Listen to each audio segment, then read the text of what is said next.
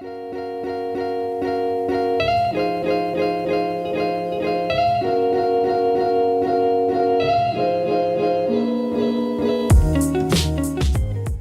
going on, guys? Today I'm going to be doing a video on my 4 favorite weapons. Tim the Tin Man has offered us the Gatling Laser, the Overseer's Guardian, the Relay Rifle, and the Gauss Rifle. I'll be going through each of those, pretty much reviewing them, showing my favorite mods and whatnot, pretty much expressing my opinions on why they are my favorite. First up on the list is the Gatling Laser. The Gatling Laser uses fusion cores as ammo. The typical clip size is 500, and it does more damage and has more accuracy than a minigun. As you could probably tell, the Gatling Laser has really nice aim. It spreads out a lot, has a little bit of recoil to it, but overall, really steady. Most of the time I hit my targets, and I'm literally going back and forth. It's pretty sporadic, but most of the time you're going to hit your enemy, you're shooting out tons of bullets simultaneously, so it's overall, it's really good for crowd control, and really good if you are kind of mediocre at aiming. What you are noticing here, as I am shooting up these fools, is that they go down really fast, and that I can shoot one and they go straight to the other.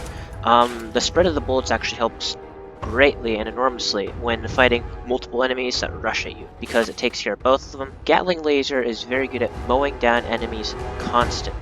You're fighting a giant group of enemies, and I strongly recommend you use the Gatling Laser or something similar to that.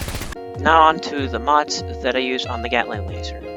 First, I use the overcharged capacitor. I use it mainly due to the fact that it greatly increases my damage output. The same thing with the charging barrels. They do insanely better damage, but at the expense of the rate of fire. It greatly decreases the rate of fire on it. The next up is the reflex sight. Pretty obvious there. Better focus and sighted accuracy.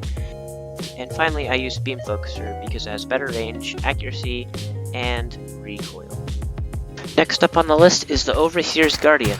The Overseer's Guardian uses .45 rounds as ammo. The clip size is 20, and it has a legendary effect that lets you shoot an additional projectile each time you shoot a bullet. Basically, that means you do around twice as much damage as you would typically do with a normal rifle that is similar to this. Using the Overseer's Guardian for a while now, I've noticed it has a real problem with the recoil. I mean, it has really nice range, but the recoil is my only issue with this weapon. As you can see in the following clips, whenever I shoot, sometimes I completely miss right over their heads, and sometimes that is a fatal mistake. But otherwise, its damage is fantastic. It has great zoom, so you can shoot them from right across the room. Snipe them. It's actually, I would call it an automatic sniper to some extent. The reload speed actually is not bad for the weapon. Usually they're a lot longer, so if you're in the midst of combat, gotta reload quickly with that 20 clip ammo, and go right back in. Something else that's really nice about the Overseer's Guardian is it comes with a scope, so it gives you really nice zoom, so you can see targets from a very far away area, and the bullets do not lose that much damage over a long distance, especially since they do twice the damage they would normally do. Usually my best approach to using the Overseer's Guardian is to shoot in short bursts.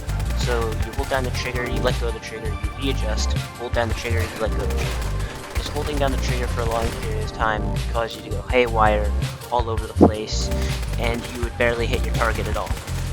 I would recommend using this weapon in the scenario where you are shooting your enemy from a distance. Up close, it's okay.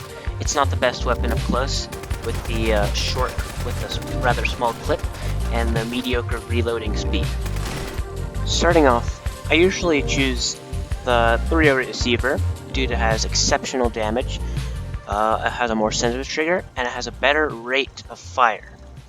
I guess my only downside to this is it changes the ammo type to .308, so if you're stocking up on the ammo type that you typically use, which is .45, and now you have to change to .308. The next modification that I use is the long ported barrel. I use this because it greatly controls recoil, it has very nice range and sighted accuracy, but it comes with a downside of poor hipfire accuracy, which means whenever you are not aiming with this weapon, it is not very accurate. Next up is the recoil compensating stock, which I use pretty much for exceptional recoil. That's about it. For the ammo capacity, I use the large quick eject mag for better ammo capacity and improved reload speed. I used to use a short recon scope instead of the long recon scope due to the fact that the long recon scope does not fit my style of using this weapon. With the short recon scope, it does not does not have superior zoom, but it has good enough zoom for me to use it effectively at the range that I use this weapon at. It tracks targets, as improved magnification and superior sighted accuracy. And finally, for the very edge of the weapon, I use the muzzle brake for exceptional recoil control, better per shot recoil, and inferior range. Up next is the railway rifle.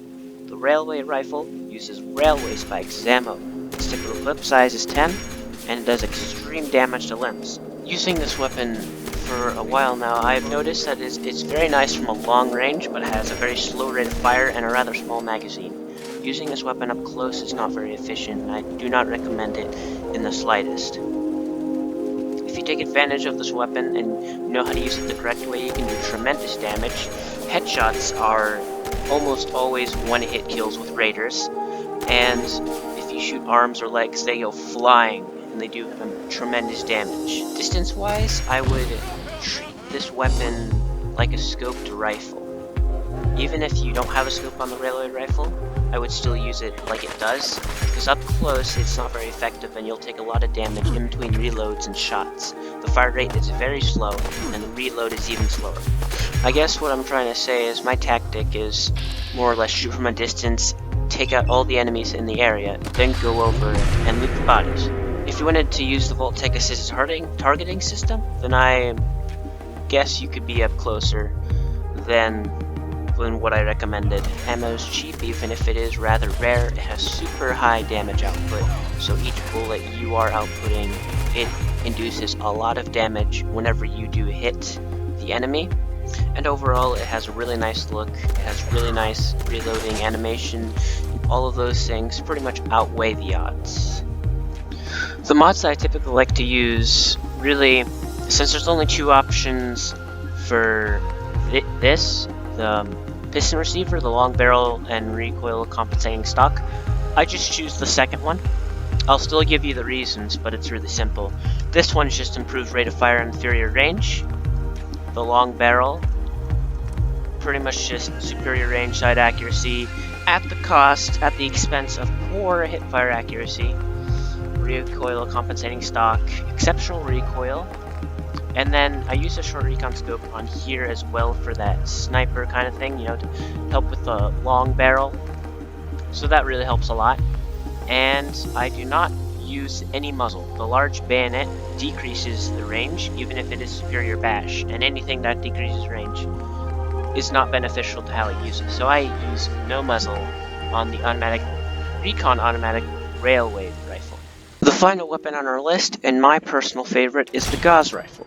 The Gauss Rifle uses 2mm electromagnetic cartridges as ammo. The typical clip size is 7, and shots from the Gauss Rifle explode upon impact, enabling you to hit multiple targets with one shot. Even though the ammo is rare and expensive, using this weapon is very enjoyable. Almost certainly it will one-shot when you charge up the Gauss Rifle. That is another thing I like about it a lot. You can charge up the Gauss Rifle for it to do an incredibly enormous amount of damage output onto the enemy. The Gauss Rifle can be used either up close or from a distance away, depending on how you mod it. In the video above, I use it both ways, and both ways work very efficiently, even if the recoil sometimes does limit its potential. Personally, I use the Gauss Rifle in almost every occasion, whenever it's killing and fighting a behemoth or fighting a bunch of feral ghouls. I personally think it is best in every scenario, up close, far away, although for people who are new to the game, I would recommend using it from far away. Using the Gauss Rifle from far away is the customary way to use a Gauss Rifle. It is also the easiest way to use a Gauss Rifle, and to some people, the most effective. The mods I use for the Gauss Rifle First, I use the shielded barrel. Better range and damage. It increases the damage by around a bit less than 100, and that's actually pretty good. The recoil compensating stock is pretty much controls the recoil of the Gauss Rifle. With the standard stock, it is just very hard to control with the standard stock. I strongly recommend getting a recoil compensating stock as quickly as possible.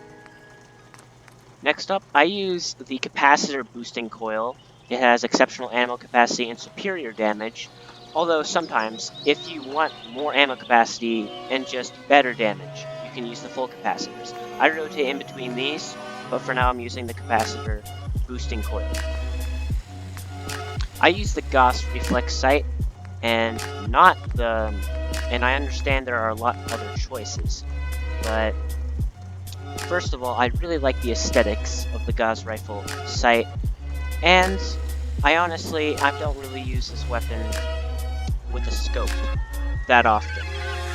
Finally, for the muzzle, I use the compensator for improved per-shot recoil, improved recoil control, and reduced range. So a lot with recoil control, with the minus of range, but that is okay.